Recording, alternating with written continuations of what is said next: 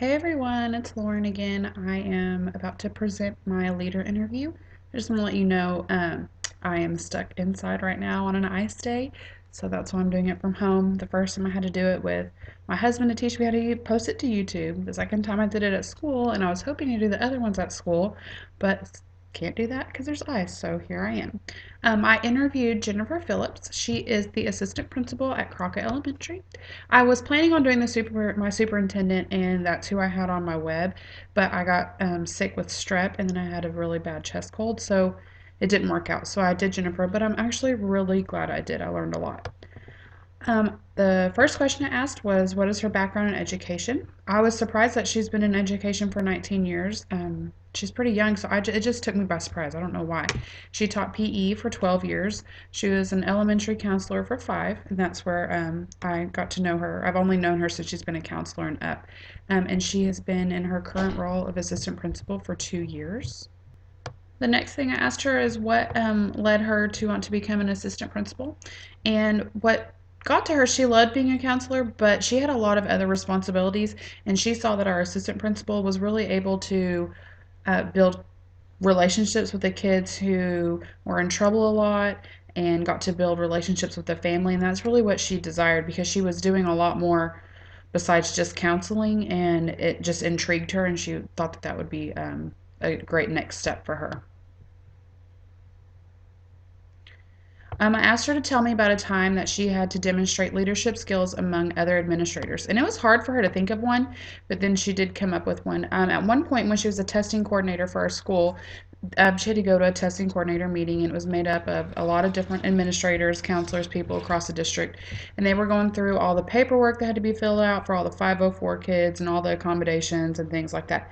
And some of the teachers and administrators were really grumpy about it and had bad attitudes, and they were griping about how it was such a pain to have to fill all this out and on and on and on. And finally she had had her fill of it, and she just spoke up and said, it's not just for the kids, it's for the parents to make sure that they know their kids are getting what they are supposed to. It's for the better of the kids, and it's just the right thing that we have to do, and we might as well just suck it up and get over it. And she was really nervous because everyone kind of got quiet, but she had lots of people come up to her afterwards and thank her for stepping up for that. And she knew right then that it was the right thing, that she did the right thing. And it was really personal to her because she has a kiddo who has some hearing difficulties, and he is 504. And she took it personally as if, like, you're griping about this, but my kid is one of these kids, and they deserve this, and it doesn't matter how much work it is on us. If it's the right thing to do and it's the right thing for them, then the sacrifice has to be made. Is it easy? The next question I asked was, is it easy for you to delegate out responsibilities to others? Why or why not? I really thought she was going to say that it was really hard for her, but she said it's gotten easier since she's become an assistant principal. For her, it's hard if she procrastinates a project because she doesn't want to make someone else have to rush through it to get something done. Um, boy, she also has a hard time if the expectations are very high, which I can understand. You don't want to give up all that power over a project that you have whenever you know it's a big deal and it's what a lot of other people are going to be seeing. But I will say in the past year, I have seen her delegate a lot more. She's given all of the attendance letters and things like that up to the um, PEMS clerk at our school, and now she's in charge of it. It's one less thing that Jennifer has to worry about. She's given me a lot of more responsibilities, and she's also put in charge of kindergarten roundup, and she's decided, she wants to make it more interactive for the kids and make it more fun. And she decided this year to put together a committee, and she asked several of us who are about to have kids in kindergarten to help with that.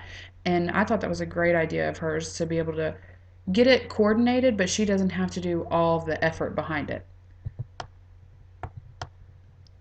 The fifth question I asked her is, how can you be a leader? How can a leader make a faculty meeting more effective? And she says that not to meet if you're only meeting just for the sake of having a meeting. She says it's a huge waste of time and people don't get into it. But she said also there's a fine line between teacher input and dragging a meeting out. And sometimes people just want to gripe and talk and let everyone hear them. But she said you have to make sure and toe that line carefully, because then it just eats up other people's time that don't want to do that. And one of the ways that she came up with fixing that we started this year was having small group meetings, like for just grade levels, so we can talk about our frustrations or our concerns instead of during a faculty meeting. So we'll have a faculty meeting, but then we also have individual grade level meetings with her and our principal, and it's been really nice.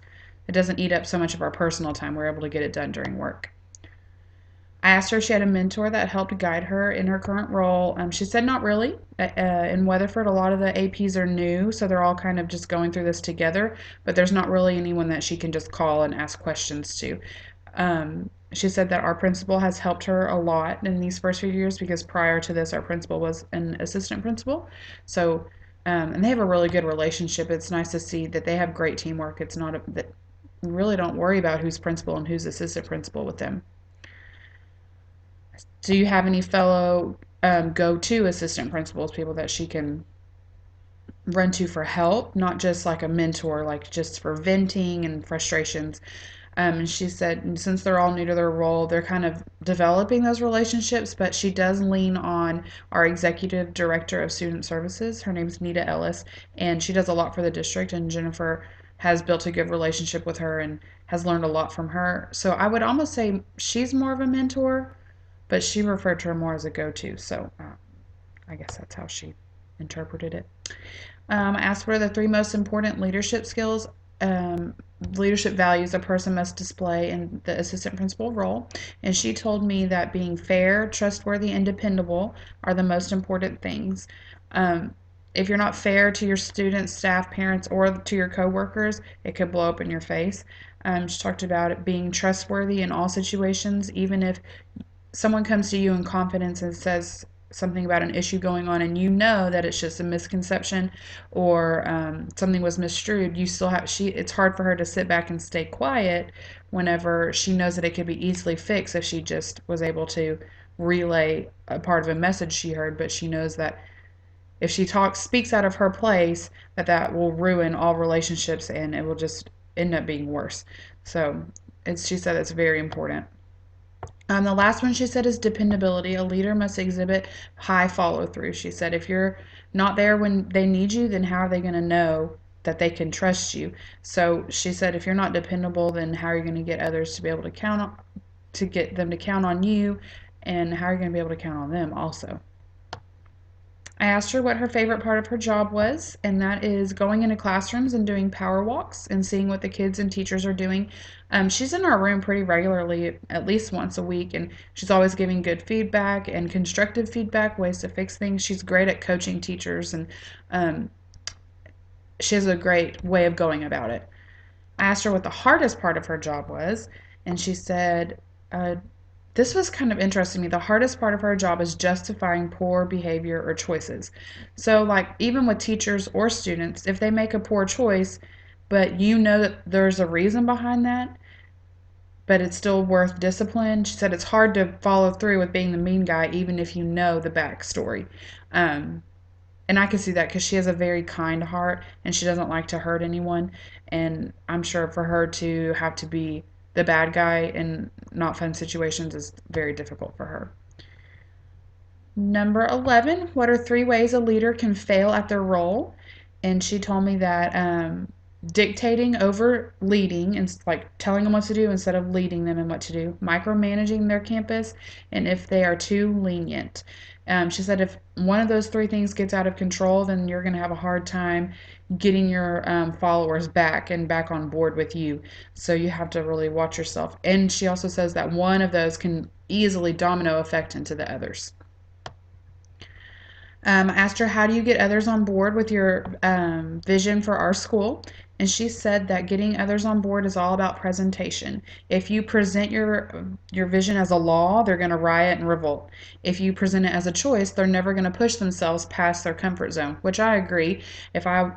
There are times where I'm like, well, I don't really have to do that, so I'm not going to. But she says if you're upfront and honest with the benefits and the negatives of your vision, but mostly focus on the positives, a leader could have good results among their people. Whenever she presents things to us or our principal, they're very honest with us. They don't mislead us. They say this is going to be difficult because of this, but it's going to be good because of this. And we focus on the good. They don't ignore that there's going to be frustrations. And I like that. They're very transparent about it. But what I also really liked right here is she said most of the time people want to be heard, and then that when they're done, they will get on board with you. And she is awesome at listening. That's one of her best leadership skills. She'll let you talk and talk and talk, and then you just feel better when you're done. Um, and she said a lot of times if people voice their concerns with the vision or what might be difficult for them, when they're done talking about it, usually they get on board and they work their best at it. So that was nice to hear. And I thought about our book whenever I read that, or whenever she said that. When you know, the next question is, when you know that there is a necessary change, how do you go about implementing it even when it is difficult? She said that change and conflict are not her favorite thing. She has to remind herself. She said that 3 times. It cracked me up. That it's for the best of the student. It's not for the best of everyone that's involved.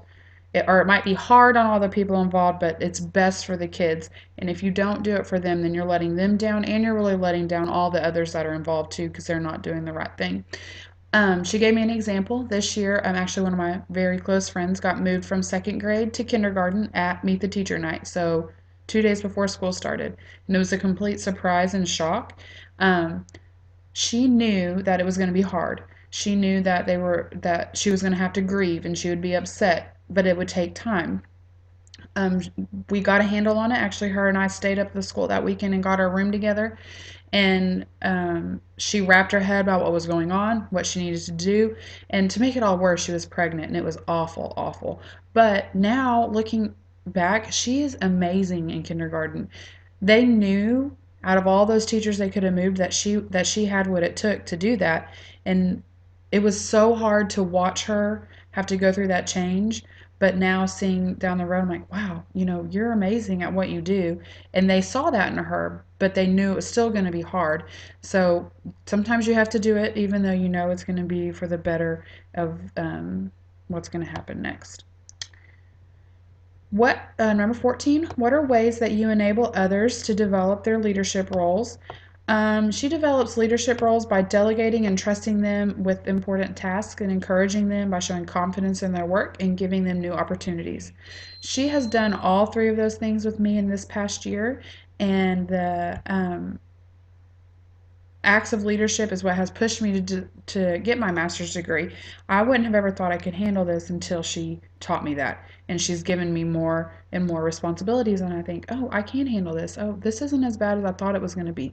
So she also says that when she was a coach back in the day, she thinks that helped her too, like learning how to coach people and tell them what their roles are. And then number 15 was, how do you give praise and show value and gratitude to your staff? She often writes thank you letters, and I really like that because you can hang them around your room, you can keep them and remember them. She is not a person who likes the spotlight, so she is not.